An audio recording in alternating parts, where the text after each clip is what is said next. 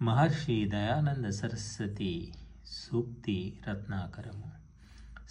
గృహస్థుడు స్త్రీ పురుషులు పరస్పరం ప్రేమతో సంసారంలో విఖ్యాతిని పొందాలి. తనలాగే ఇతరులకు సుఖాన్ని కలిగించే దానితో ఉన్నతి చేయాలి. పరమ పురుషార్థంలో గృహస్థాశ్రమంను శోభింపజేయాలి. వేద విద్యను నిరంతరం ప్రచారం చేయాలి. యజుర్వేద భాష్యం. తండ్రి, తాత, ముత్తాతలు తమ కన్యాకుమారులను బ్రహ్మచర్యం, మంచి శిక్ష, ధర్మోపదేశంతో, విద్య, ఉత్తమ శీలంతో కూర్చడం యోగ్యమైనది. తండ్రి మొదలగు వారికి అనుకూల ఆచరణంతో నిత్యం సంతానం సేవ చేయాలి.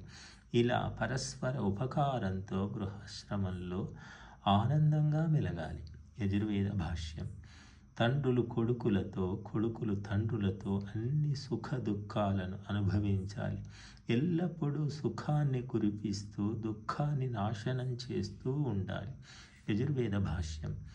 ఏ కులంలో లేదా దేశంలో పరస్పర ప్రేమతో స్వయంవర వివాహం చేసుకుంటారో అక్కడ మానవులందరూ ఎల్లప్పుడూ ఆనందంగా ఉంటారు.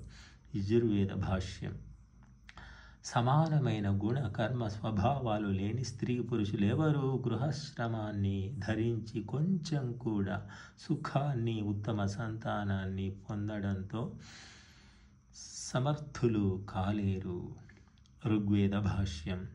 స్త్రీలను గౌరవించే పురుషులు, పురుషులను గౌరవించే స్త్రీలు ఉన్న కులంలో అన్ని సుఖాలు నివాసముంటాయి, దుఃఖాలన్నీ పారిపోతాయి. ఋగ్వేద భాష్యం. స్త్రీ పురుషులు పరమేశ్వరుణ్ణి ధ్యానిస్తూ ప్రేమతో ఒకరితో ఒకరు మాట్లాడుతూ ముందుకెళ్ళేవారు ఎన్ని రకాల సుఖాలను పొందుతారు. యజుర్వేద భాష్యం. ఓ వివాహితులైన స్త్రీ పురుషులారా, చలితో వేడి నాశనమైనట్లు అవిద్యను విద్యతో నాశనం చేయాలి. దాని ద్వారా ఆధ్యాత్మిక, ఆది భౌతిక, ఆది దైవికమనే ఈ 3 రకాల దుఃఖాలు నష్టం కావాలి. ధార్మిక రాజపురుషులు దొంగలు మొదలగు వారిని దూరం చేసి ప్రజలను రక్షించిన విధంగా సూర్య చంద్రాదులు సమస్త జగత్తుకు పుష్టినిచ్చి జీవితానికి ఆనందాన్నిచ్చినట్లు జగత్తులో ఈ విధంగా వ్యవహరించాలి. ఋగ్వేద భాష్యం.